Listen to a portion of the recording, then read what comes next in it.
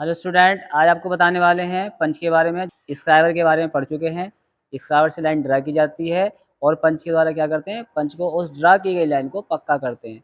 Scriber और पंच एक दूसरे के पूरक हैं और पंच के द्वारा हम की गई ड्रा लाइन को पक्का करते हैं।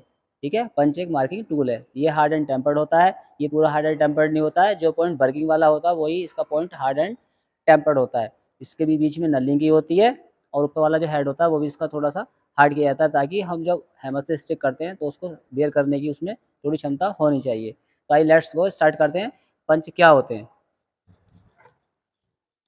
यह एक मार्किंग टूल होता है। इसका प्रयोग क्या होता है? जाप की माप को स्थायी करना। जो ड्राइंग हम ड्रा करते हैं उस लाइन को हम क्या है, पक्का करते हैं, उसको स्थायी करते हैं। क्यों स्थायी करते हैं? क्योंकि जब हम कोई जॉब बनाते हैं, काम करते हैं, हेक्साइंग करते हैं, तो उससे क्या होगा, हेक्साइंग करने के हम उसको आसानी से उस पर हम हेक्सा चला सकते हैं। अगर लाइन ड्रा नहीं होगी तो उस पर हेक्सा पता नहीं लगेगा आपको। आप क्या करते हैं, आप लाइन ड्रा की, आपने पंचिंग नहीं की, तो अब वो आपकी जो लेयर है जो आपने लगाया उसके ऊपर वो छूट जाएगा।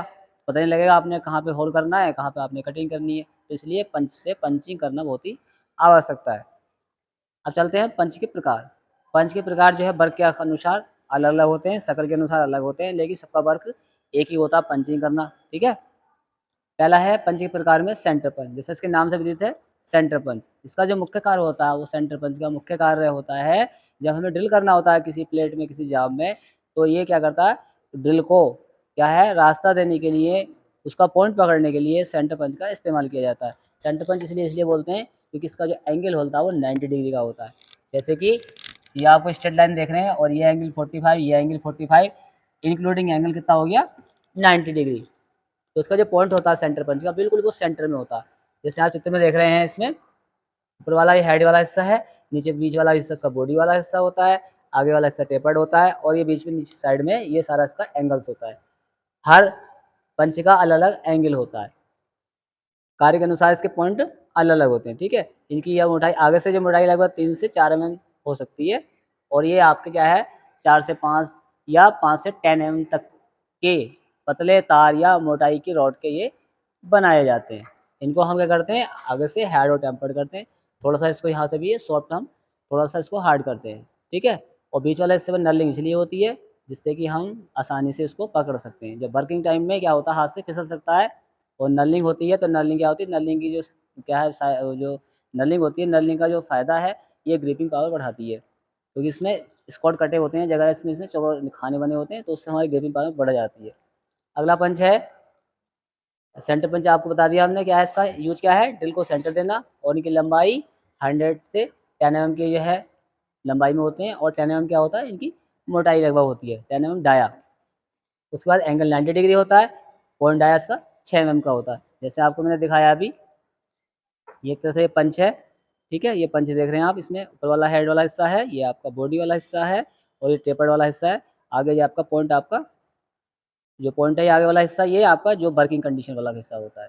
ठीक है, तो ये सबके एंगल अलग होते हैं। ये पिन पंच है, इसके बारे में अगले बताते हैं। अगला है पिक पंच। पिक पंच का काम क्या होता है, पतली चादर के केंद्र निशान लगाने के लिए होता है। इसका जो एंगल है वो 30 डिग्री से 60 डिग्री होता है और ये भी हार्ड और टेम्पर्ड जो है बने होते हैं। पिक पंच का जो मुख्य कार्य होता है, ये क्या होता है, पतली चादर पर जो पतली चादरें होती हैं उन पर मार्किंग की जाती है। उस मार्किंग को पक्का करने के लिए क्या है, हम पिक पंच का इस्तेमाल करते हैं। इसके बाद अगला आता है डॉट पंच। डॉट जैसे नाम से विदित है, डॉट माने होता है बिंदु, छोटे छोटे बिंदु लगाना, बिंदु एक लाइन में ड्रॉ करना। तो डॉट पंच क्या करता है, लाइन को पक्का करना। इसका जो एंगल होता है डॉट पंच का, वो 60 डिग्री होता है। इसकी लंबाई भी 100 से 150 mm तक होती है और ये डाई में कितने होते हैं, 6 से 13 mm तक होते हैं। अब जैसे नाम से विदित है डॉट पंच, डॉट पंच में क्या होता है, हम क्या करते हैं, ड्राइंग बनाते हैं। पहले इस तरह ड्राइंग बनाई हमने और हमने इसमें क्या है, हमने ये लाइन ड्रा की इस तरह से, तो क्या करते हैं, डॉट पंच उस लाइन को पक्का करता है। ठीक है, ये हमने पॉइंट लगाया, ये पॉइंट लगाया, ये पॉइंट लगाया, इस तरह से हम लगातार पॉइंट लगाते हैं। तो फिर क्या है, अगर इसकी हमारी यह मार्किंग हट भी जाती है, इसकी लेआउट हट जाती है, तो ये लाइन जो है पक्का करने से वो लाइन हमेशा बनी रहती है। जहाँ ऑपरेशन करना है, ड्रिलिंग करनी है, हेक्साइंग करनी है, अदर ऑपरेशन करना है, तो उसमें हमारा हम कर सकते हैं आसानी से। हमें पता रहेगा, ज्ञात रहेगा कि ड्राइंग में कहाँ पर क्या क्या ऑपरेशन करना है।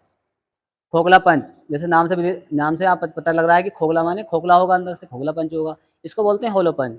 ठीक है, इसका मुख्य कार्य क्या होता है, गोल छिद्र काटने के लिए चादर मेटल और नॉन मेटल, जो जैसे जैसे कि नॉन मेटल रबड़ की चादरें हैं, चमड़ा है, कॉक की सीटें हैं। तो इसमें जो साइज़ होता है इसका वो 1.5 से लेकर के 13 एमएम तक 1.5 से लेकर 13 एमएम तक होता है। और आप समझ रहे होंगे कि रबड़ चादर का क्या मतलब है? किसी जैसे कोई चादर होती है, कोई आपकी शीट होती हैं, उन शीट में होल वगैरह जैसे हम काटते हैं या कोई हमने उसमें बार-सार निकालते हैं। तो क्या है चादर में क्या करता है ये, जैसे कोई शीट है आपकी इस टाइप से, तो जब हम होलो पंच का इस्तेमाल करते हैं, तो इस तरह से गोल छिद्र बनाता है इस टाइप से। हमें की आवश्यकता है इस तरह से हम गोल छिद्र बना सकते हैं। जैसे कि छन्नी बनाई जाती है, छन्नी देखा होगा आपने, छन्नी होती है, जाल होते हैं, उनमें छोटे-छोटे स्पॉट होते हैं, वो किससे बनते हैं? वो होलो पंच द्वारा ही पंचिंग करके चादरों में बनाए जाते हैं। उसके बाद आता है पिन पंच। पिन पंच की जो लंबाई है वो 100 से लेके 200 तक होती है। इसका डाया भी कितना है 3 से लेके 12 एमएम तक होता है और इसका यूज़ क्या है? होल से पिन निकालना। किसी बॉक्स में, किसी गाड़ी के किसी भी इंजन पार्ट्स में अगर कोई हमारी पिन फँसी है, तो उसके बॉक्स से क्या करते हैं, इसके द्वारा पिन को निकाला जाता है। ये और जो है और पंच की अपेक्षा ये थोड़े से डिफरेंट होते हैं। इनमें आगे से पतली चोंच बनी होती है, पतला सा उसमें पिन बनी होती है। जैसे नाम इसका है पिन पंच, तो देख रहे हैं आप ये पिन पंच हमारे पास है। इनमें देखो पिन टाइप की आगे से बनी हुई है। इसका काम क्या है कि कोई होल के अंदर, किसी बॉक्स के अंदर कोई हमारी पिन फँसी है, तो उसको हम उसको आसानी से उसमें एंट्री कर लेते हैं, ऊपर से चोट लगा करके उस पिन को आसानी से निकाल सकते हैं। ठीक है? अगला आता है, इसमें भी क्या है 3 पार्ट होते हैं इसके, इसी पंच के 3 पार्ट होते हैं। पहला पार्ट होता है इसका स्ट्रेट ड्रिफ्ट पंच। स्ट्रेट ड्रिफ्ट पंच जो होती है, वो पंच टाइप की ऐसी ही चोंच निकली होती है, उसमें इस टाइप से ही बनी होती है, लेकिन उसमें थोड़ा-सा टेपर होता है। जैसे कि ड्रिल ड्रिफ्ट होती है, ड्रिल ड्रिफ्ट से क्या करते हैं हम, क्या करते हैं कि स्लिप के अंदर जो ड्रिल फँसा होता है, उसको निकाला जाता है, तो वो आसानी से टेपर से निकल जाती है। उसी टाइप से इसके अंदर भी थोड़ा-सा हम टेपर रखते हैं। अगर स्ट्रेट है तो ये फँसने के चांसेस रहेगी, बट जो टेपर वाली है, वो चीज़ क्या है कि फँसी चीज़ को तो निकाल देगी और अपने आप ही वो सेफ रहेगी, क्योंकि उसमें टेपर होता है। पिन पंच शॉर्ट, इसी पिन पंच में क्या होता है, एक शॉर्ट होता है, यानी कि ये जो पिन की जो लंबाई है वो कम होती है, ठीक है? तो इसे बोलेंगे शॉर्ट, ठीक है? और इसी में अगर इसकी लंबाई ज़्यादा है, तो उसे बोलेंगे लॉन्ग। तो इस प्रकार से जो पिन पंच है वो 3 तरह के होते हैं, ठीक है? शॉर्ट, लॉन्ग और आपके डिप्ट टाइप के। क्लियर हो गया होगा आपको ये? अगले पंच हैं, बेल पंच है, ऑटोमेटिक पंच है, डबल एंडेड पंच है, सॉलिड पंच है, फिर लैटर पंच है, उसके बाद नंबर पंच है और बैंड पंच है। सब पंच का अपना अलग-अलग जो है कार्य होता है।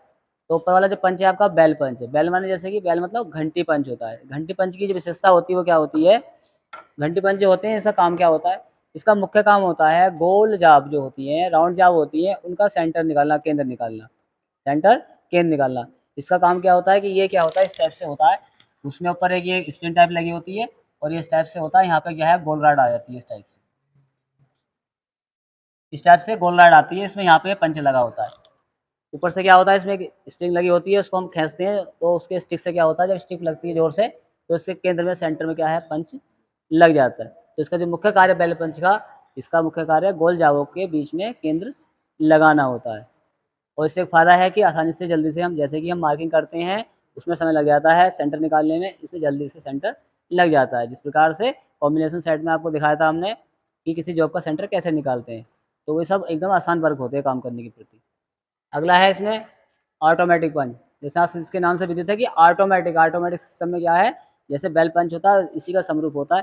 पंच में क्या होता है, जैसे एक पेन टाइप का होता है, इसमें आगे नोब निकली रहती है और पीछे साइड में क्या होता है, इसमें इस टाइप से बना होता है ये लंबाई में, जैसे पंच और बने होते हैं, इसमें पीछे साइड में स्प्रिंग लगी होती है इसके अंदर, ठीक है?